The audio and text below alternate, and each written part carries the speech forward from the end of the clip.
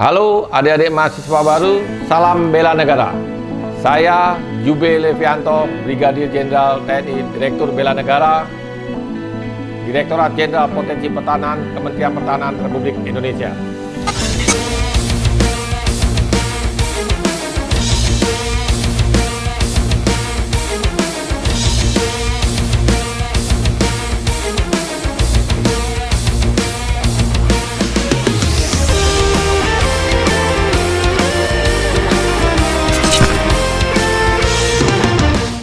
Ada 3 hal mendasar untuk pentingnya bela negara. Yang pertama, apa yang harus dibela? Kedaulatan negara, keutuhan wilayah, dan keselamatan bangsa. Mengapa harus dibela? Saya ibaratkan negara layaknya sebagai makhluk hidup. Makhluk hidup tidak ada, berkembang, dan mati. Demikian juga dengan negara. Ya, sebelum merdeka, lalu mengisi kemerdekaan. Tentunya dalam mengisi kemerdekaan banyak sekali ancaman-ancaman yang akan kita hadapi. Ya, siapa yang membela? Kita sebagai warga negara memiliki kewajiban untuk membela negara kita, termasuk adik-adik saya dan seluruh masyarakat Indonesia. Adik-adik, kita harus bersyukur kehadirat Tuhan Yang Maha Kuasa kalau kita tinggal di suatu negara yang begitu luar biasa, negara Indonesia yang terdiri dari 17.395 pulau, 274,9 juta penduduk, serta memiliki suku bangsa yang begitu banyak, 1.340 suku bangsa, terdiri dari 655 bahasa daerah. Sesuai Undang-Undang Nomor 23 Tahun 2019, bela negara adalah tekad, sikap, perilaku, serta tindakan warga negara, baik secara perorangan maupun kolektif, dalam menjaga kedaulatan negara, keutuhan wilayah, keselamatan bangsa, dan negara yang dijiwai oleh kecintaannya kepada Negara Kesatuan Republik Indonesia yang berdasarkan kepada Pancasila, Undang-Undang Dasar 45, dalam menjamin kelangsungan hidup bangsa dan negara dari ancaman. Bela negara bukan wajib militer, tetapi bela negara merupakan hak dan kewajiban setiap warga negara. Adik-adik mahasiswa baru, saya akan sampaikan ancaman terhadap pertahanan negara. Yang pertama adalah ancaman militer. Yang kedua adalah ancaman non-militer. Yang ketiga adalah ancaman hibrida.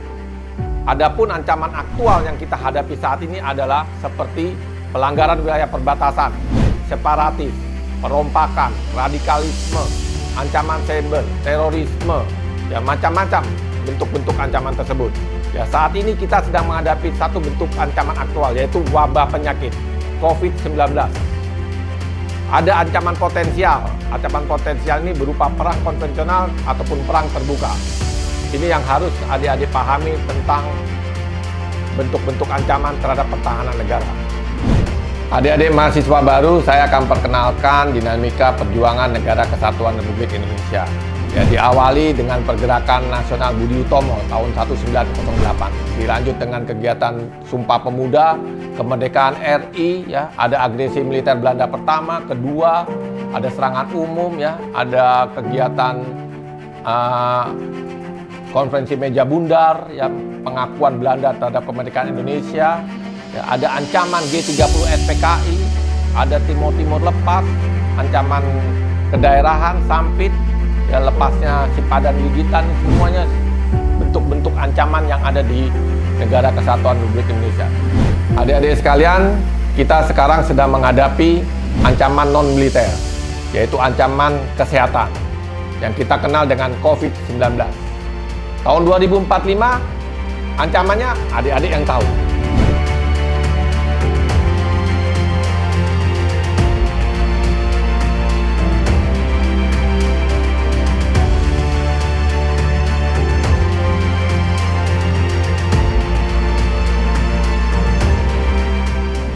Adik-adik sekalian, tanpa terasa kita sekarang hidup di era kemajuan teknologi yang sangat pesat, yaitu di zaman revolusi industri 4.0. Di era ini, kita tidak lepas dari kebutuhan kita sehari-hari, yaitu menggunakan internet dalam kehidupan kita sehari-hari. Adik-adik sekalian, saya akan perkenalkan salah satu bentuk ancaman, yaitu perang modern. Ya, salah satu contoh yaitu dengan proxy war, di mana negara yang berkuasa, negara yang kuat, memperdaya negara-negara yang lemah. Metodenya bagaimana? Yaitu dengan mencuci otak, brainwashing. Ya, bagaimana mempengaruhi seseorang agar mereka melakukan keinginan sesuai dengan kehendak lawan. Ya, menanamkan doktrin, mengubah strategi, ya, mengubah ideologi, mengubah paradigma, mengadu domba, ya, adanya intoleransi, teror. Ya, ini cara-cara yang diberikan oleh negara kuat ya untuk memperdaya negara yang lemah. Ya, ada juga separatis, teroris, ya, macam-macam, ya, Ipolek Sosbud, ya, ujung-ujungnya adalah ingin menguasai Indonesia. Bagaimana polanya, metodenya? Ya, melalui lembaga pendidikan, ya, melalui tempat ibadah, media sosial, ya, penyampaian berita-berita yang hoax dan lain sebagainya. Ini semua dapat diatasi dengan kemampuan sumber daya manusia yang memiliki ilmu pengetahuan dan kesadaran bela negara. Adik-adik sekalian, beberapa peraturan perundang-undangan yang mengatur tentang bela negara. Ya, diawali dengan Undang-Undang Dasar 1945, Pasal 27 dan Pasal 30. Ada Undang-Undang Nomor 39 Tahun 1999 tentang hak asasi manusia. Ada Undang-Undang Nomor 3 Tahun 2002 tentang pertahanan negara. Dan yang terakhir yang baru terbit di tahun 2019 yaitu Undang-Undang Nomor 23 tentang pengelolaan sumber daya nasional untuk pertahanan negara. Di bab 2-nya ada bela negara. Keikutsertaan warga negara dalam usaha bela negara dapat dilaksanakan melalui 1. Pendidikan kewarganegaraan, melalui pembinaan kesadaran bela negara dengan cara 5 nilai dasar bela negara. Yang pertama adalah cinta tanah air, yang kedua adalah sadar berbangsa dan bernegara, yang ketiga adalah setia kepada Pancasila, yang keempat adalah rela berkorban, dan yang kelima adalah melalui kemampuan awal bela negara. Untuk lingkup pendidikan saat sekarang ini kita sedang laksanakan. Yang kedua adalah pelatihan dasar kemiliteran secara wajib bagi calon komponen cadangan yang telah memenuhi syarat. Ini sifatnya juga sukarela. Yang ketiga adalah pengabdian sebagai Tentara Nasional Indonesia secara sukarela dan wajib. Contohnya seperti saya. Ya, yang keempat adalah pengabdian sesuai dengan profesi.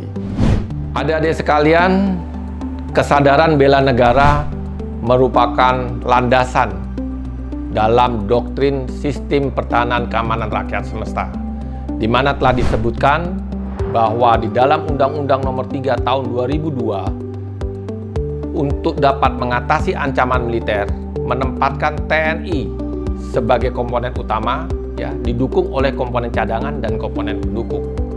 Dalam mengatasi ancaman non-militer, menempatkan kementerian di luar bidang pertahanan sebagai unsur utama, ya, didukung oleh komponen bangsa lainnya.